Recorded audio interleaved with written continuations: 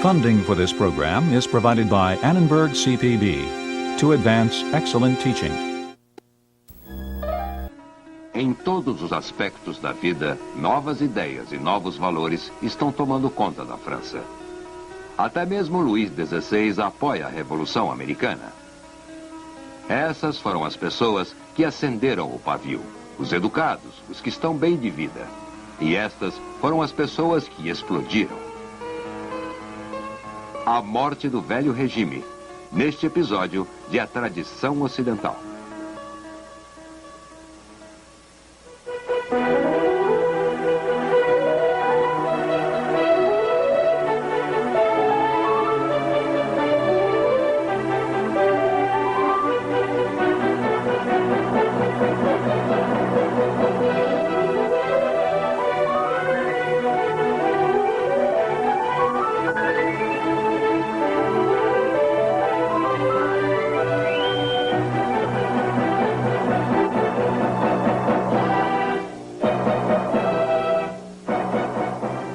E agora o professor da Universidade da Califórnia, Eugene Weber, em sua jornada através da história da civilização ocidental. A Revolução Americana, sobre a qual falei na última vez, merece nossa atenção não somente por seu próprio mérito, mas também porque foi a primeira de uma longa série de revoluções, as quais iriam marcar os anos de 1776 em diante. Uma série que ainda não acabou. E a Revolução era duplamente significativa, porque os homens e mulheres que a fizeram e os que se envolveram nela conseguiram resolver seu problema central de um modo que a torna bastante diferente das outras revoluções que vimos desde então. A revolução é como uma bola de neve num penhasco. Não é fácil fazê-la começar a rolar, mas, uma vez que esteja a caminho, é difícil fazê-la parar de rolar e crescer, até que se transforme numa avalanche. E o problema na América era impedir que a revolução pela independência virasse uma bola de neve, transformando-se numa revolução popular e democrática. A Declaração da Independência e os artigos da Confederação marcaram o triunfo do ponto de vista democrático que favorecia a soberania popular e governo limitado. Os documentos federalistas e a Constituição, por outro lado, marcaram uma espécie de contra-revolução daqueles que desconfiavam do povo e que acreditavam num governo forte. Para os federalistas, como Alexander Hamilton, a democracia era quase anarquia. E o modo de impedir que o poder escorregasse para as mãos de uma multidão analfabeta era tendo o governo com as melhores pessoas da terra. Pessoas como o próprio Hamilton, em quem se poderia confiar para usar o poder de um modo moderado e responsável. Na Convenção Constitucional de Filadélfia, projetou-se uma Constituição que era suficientemente democrática para ser adotada, mas não democrática o suficiente para ameaçar o poder e a posição de controle das classes superiores e ricas. E isso é tão especial e incomum em relação à Revolução Americana que ela logo deixou de ser uma revolução. A bola de neve foi detida antes de tornar-se uma avalanche. Mesmo os líderes democráticos podiam dar-se ao luxo de terem ideias muito revolucionárias, muito radicais, enquanto viviam e agiam de modo mais conservador. Era possível declarar que a vida, a liberdade e a busca da felicidade eram direitos inalienáveis de todos os homens e oferecer proteção legal para a escravidão. Era possível dizer que os governos derivavam seus poderes justos do consentimento dos governados e aceitar a Constituição que não oferecia representação direta. Então a Revolução Americana era ambivalente, tanto conservadora como revolucionária. Podia continuar conservadora porque, em termos relativos, o conservadorismo dos colonizadores americanos era radical, comparado aos padrões gerais dos europeus da época. Convenientemente, os mais profundos reacionários da América eram os legalistas, que defendiam um rei e um império e que poderiam ter forçado uma radicalização mais profunda por sua intransigência. Os legalistas partiram ou foram forçados a partir para o Canadá, e os que ficaram puderam continuar relativamente conservadores, simplesmente porque as colônias jamais conheceram a opressão e porque, em relação às instituições humanas, a América sempre foi livre. Exceto, é claro, pela escravidão. Por outro lado, a Revolução Americana foi revolucionária, porque os colonos assumiram os riscos da rebelião e porque enfrentavam os americanos que queriam uma sociedade como a sociedade aristocrática da Inglaterra e do resto da Europa. Mas, principalmente, a Revolução foi revolucionária porque mostrou como certas doutrinas abstratas, como a dos direitos dos homens e da soberania do povo, poderiam ser, como John Adams colocou, reduzidas à prática por assembleias de cavalheiros de bom nível mental, exercendo o poder constituinte em nome do povo.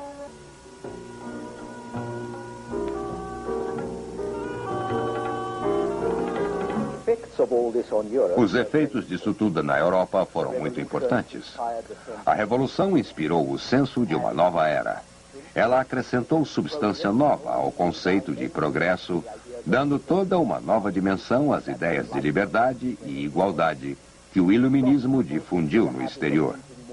Fez com que as pessoas adquirissem o hábito de pensar mais concretamente sobre questões políticas, tornou-as mais prontamente críticas de seus próprios governos e seu próprio sistema, destronou a Inglaterra como inspiração dos pensadores iluministas e colocou a América como modelo de um mundo melhor. Trouxe constituições escritas, declarações de direitos, convenções constituintes dentro do reino do possível. Acima de tudo, talvez, a América fez a Europa parecer insatisfatória para muitas pessoas das classes média e baixa e para aqueles membros das classes superiores que se solidarizavam com elas. Fez muitos europeus sentirem pena de si mesmos e induziu uma espécie de fuga espiritual do velho regime e dos valores que ele representava. Mas tudo isso estava acontecendo na Europa, não na América. Assim sendo, a Revolução Americana, em seus aspectos doutrinais, abriu as possibilidades de mudanças políticas. Possibilidades muito mais amplas que aquelas necessárias, na prática, na América de 1776, mas não na Europa. Então, o exemplo formal da Revolução que poderia ter sido dado na Filadélfia, o exemplo efetivo seria dado em Paris.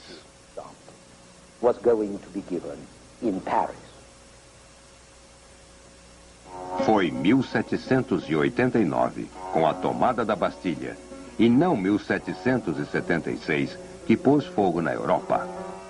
É a Revolução Francesa, não a americana, e coloca a questão do preço da Revolução e que nos dá a certeza que o preço sempre será alto. E nos deixa pensando, quando tudo foi feito e dito, se esse alto preço vale realmente pelas mudanças e vantagens que podemos esperar da Revolução. Considerando a Revolução Francesa, a primeira coisa que temos a lembrar era como a própria ideia de revolução se tornara popular na Europa no último quarto do século XVIII. Havia padres de vilarejos que guardam a enciclopédia e as obras dos filósofos em suas prateleiras. Havia trabalhadores e camponeses lendo panfletos sobre as novas ideias, ou os panfletos sendo lidos para eles, isso se não soubessem ler.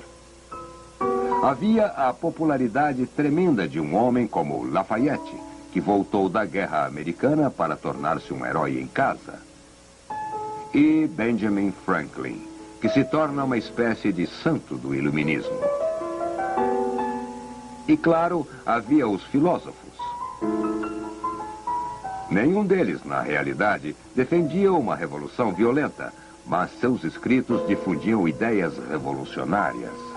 Junto com os livros e panfletos que estavam refazendo a mente europeia, especialmente a francesa, havia propaganda para mudanças radicais nos salões de moda de Paris, em cafés e em sociedades de todos os tipos, que eram encontradas em grande número nesta época. Sociedades de agricultura, associações filantrópicas, academias provinciais, sociedades de correspondência e salas de leitura, onde as pessoas podiam não somente ler, mas conversar. As lojas maçônicas, especialmente, eram favoráveis a infiltrações filosóficas, porque tinham os mesmos ideais dos filósofos: igualdade civil, tolerância religiosa, a liberação da personalidade humana de todas as instituições que a mantinham imatura. As lojas não incluíam apenas burgueses, mas padres e nobres e até os irmãos de Luís XVI. Também havia o teatro. Um teatrólogo como Beaumarchais, cuja patrocinadora era a rainha Maria Antonieta, ocupava-se escrevendo comédias subversivas, caso do casamento de Fígaro, que levantou dúvidas sobre o valor do nascimento nobre. Maria Antonieta até trabalhava em suas peças por diversão, enquanto o rei usava Beaumarchais para suprir de armas os rebeldes americanos. Nas mãos de outro maçom, Wolfgang Amadeus Mozart, Fígaro tornou-se o herói de uma ópera imensamente popular, e as ideias maçônicas ofereceram o núcleo de uma ópera ainda maior, a Flauta Mágica. As virtudes da humanidade também foram afirmadas por um novo interesse nas virtudes necessárias do cidadão. E isso era compatível com o renascimento dos modelos clássicos de boa cidadania na Grécia e especialmente em Roma. Lembram do patriota de Rhode Island que queria despertar tudo o que era romano em Providence? Muito da retórica da Revolução do século XVIII referia-se aos heróis resolutos e implacáveis da República Romana, que sacrificaram a si mesmos e a todos os outros pelos interesses do Estado e da sociedade.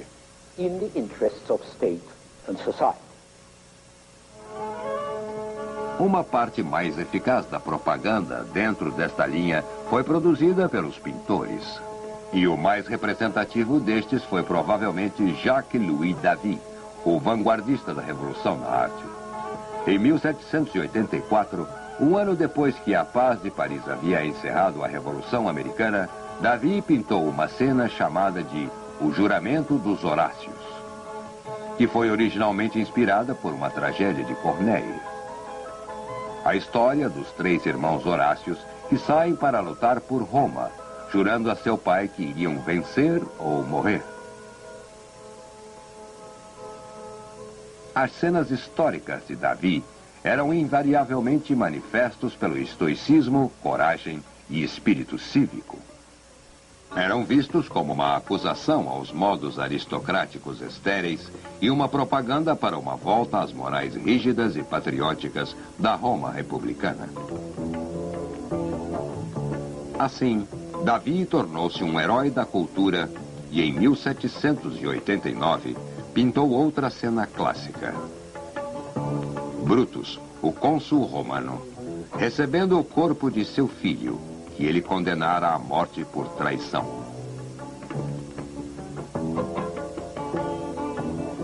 Não era só a elevação moral. A implicação política era o cenário e as vestes que faziam uma declaração forte a favor das virtudes simples para uma arquitetura sóbria, sem curvas, nem arabescos, por roupas e móveis que eram reservados e simples e por implicação virtuosos.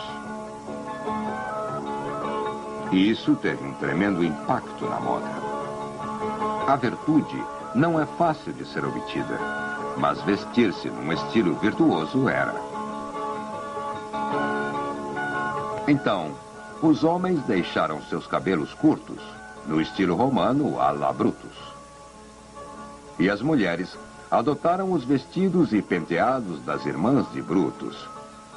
E, eventualmente, as que eram atualizadas adotaram os vestidos muito suaves que as sabinas usavam quando os romanos as sequestraram, com linhas retas e praticamente sem roupa de baixo. E os seios expostos, sem lugar para guardar um lenço ou uma chave, o que por sua vez introduziu uma outra novidade, a ridicule ou reticule, que foram as ancestrais das bolsas. Então, em todos os aspectos da vida, valores novos estavam tomando posse. Na verdade, em 1780, esses novos valores e ideias estavam por lá há tanto tempo que não pareciam muito novas, nem muito revolucionárias. As pessoas começavam a aceitá-las como naturais, e mesmo contra quem elas eram dirigidas, os aristocratas começavam a aceitá-las como originais. Mas eles estavam brincando com fogo. Luís XVI, por exemplo, apoiou os rebeldes americanos e ajudou-os a vencer a Revolução. Nobres franceses, como o Marquês de Lafayette, lutaram no exército americano e tornaram-se heróis na França porque lutaram por uma causa que todo o mecanismo do Estado francês estava preparado para esmagar em seu próprio país. Ao mesmo tempo, a monarquia estava enfraquecendo, porque suas finanças foram solapadas pelo custo da guerra do outro lado do Atlântico. A Revolução Americana custou à França o equivalente à renda de 4 anos. A maior parte do dinheiro foi levantado por empréstimo, e mais da metade do orçamento de cada ano ia para o pagamento dos juros da dívida. Muitas outras coisas estavam dando errado. O tempo estava ruim, as plantações estavam ruins, o preço do pão subia cada vez mais. Os salários ficaram estagnados, os preços subiram, bem como os impostos que o governo, desesperado, tentando controlar seu saldo, procurava arrancar do contribuinte. Como muitos franceses não eram contribuintes, já que nobres, clérigos e oficiais da coroa não tinham que pagar nada, o peso caía sobre o povo incapaz de pagá-lo.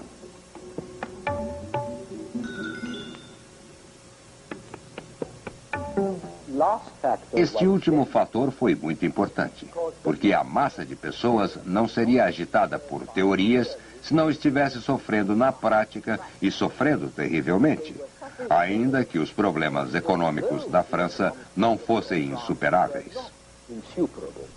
Esses problemas poderiam ter sido resolvidos, ao menos em parte, por um governo que se conhecesse melhor. O déficit poderia ter sido superado. O déficit poderia ter sido resolvido. A dívida nacional poderia ser paga, mas para isso teriam que acabar com os privilégios, especialmente do clero e da nobreza. Fazer com que eles pagassem impostos. Cortar as pensões que estavam secando o tesouro.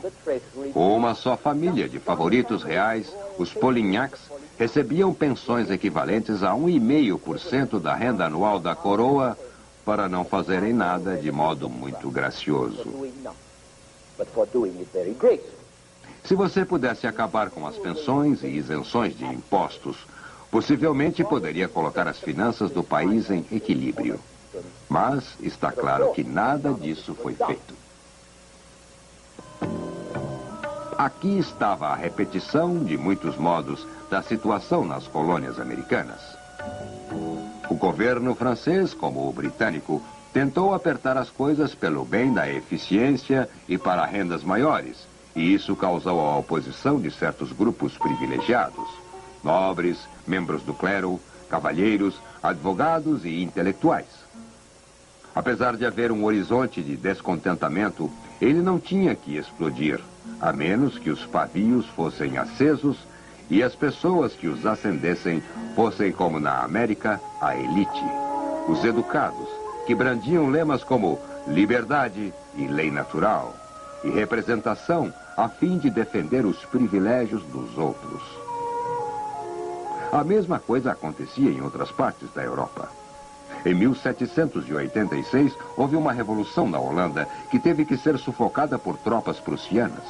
Em 1788, houve uma revolução na Bélgica. Havia insatisfação por todo o Império Habsburgo e os atos de rebelião eram direcionados contra os governos que tentavam perturbar velhas tradições, velhas instituições, atacar privilégios, introduzir mais reformas nacionais e administrações mais eficientes.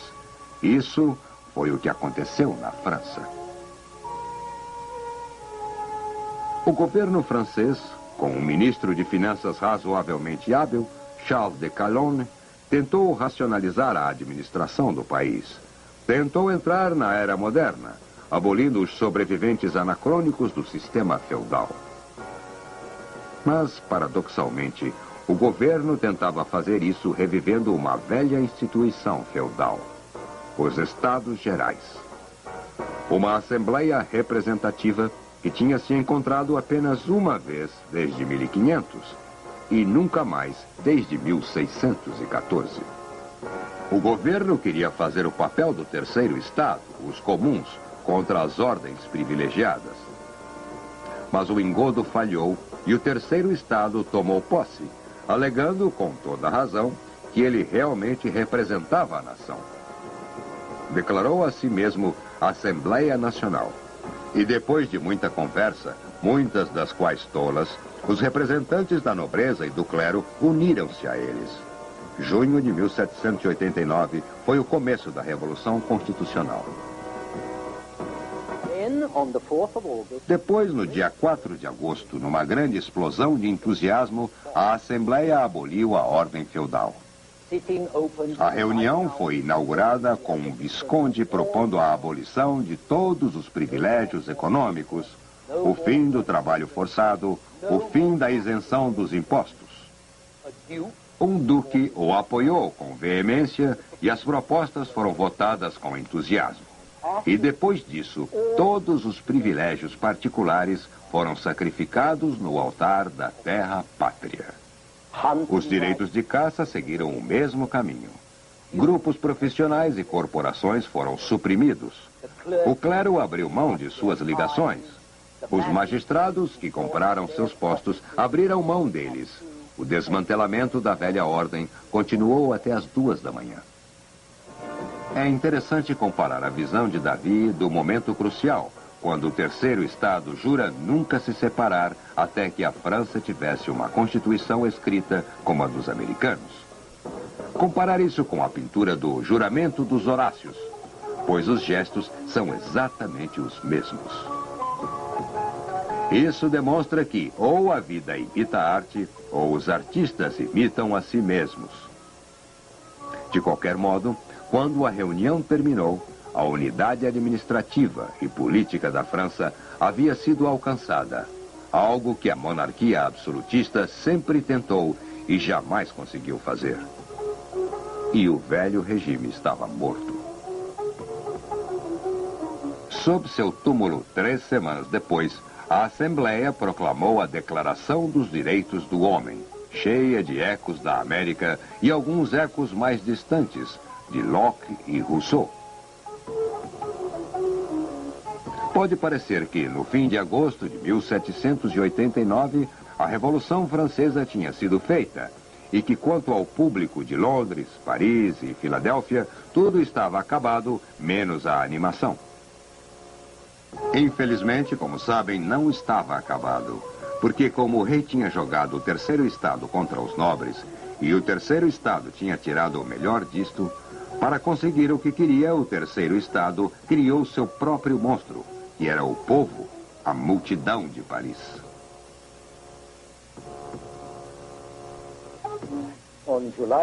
Em 14 de julho, a multidão francesa invadiu a Bastilha, derrubou-a, libertou os prisioneiros e massacrou os soldados e oficiais que estavam lá dentro.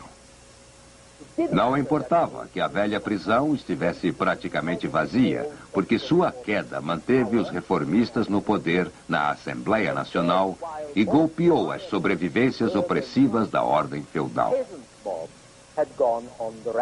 E depois, quando a multidão se rebelava na França urbana, as multidões de camponeses saíram embatidas na França rural contra os restos opressivos do sistema feudal. Esse é o fato de origem da Declaração dos Direitos dos Homens. Depois, em outubro de 1789, uma multidão parisiense liderada e controlada por mulheres do mercado marchou para Versalhes. Elas massacraram um guarda do rei, levaram a família real de volta a Paris. O padeiro, a mulher do padeiro e o filho do padeiro, é como os chamavam. Elas trouxeram a família real para fora de seu refúgio salvo e esplêndido para a capital da democracia. Então a revolução saíra do controle. Nem a própria Assembleia Nacional conseguiria controlá-la. E a bola de neve estava para tornar-se uma avalanche, como veremos em nosso próximo episódio.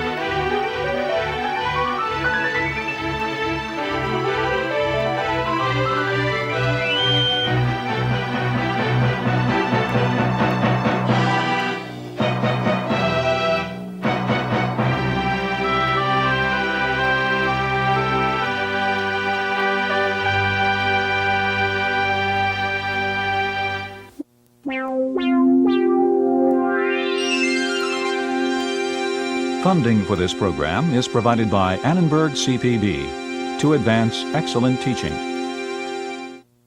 For information about this and other Annenberg CPB programs, call 1-800-LEARNER and visit us at www.learner.org.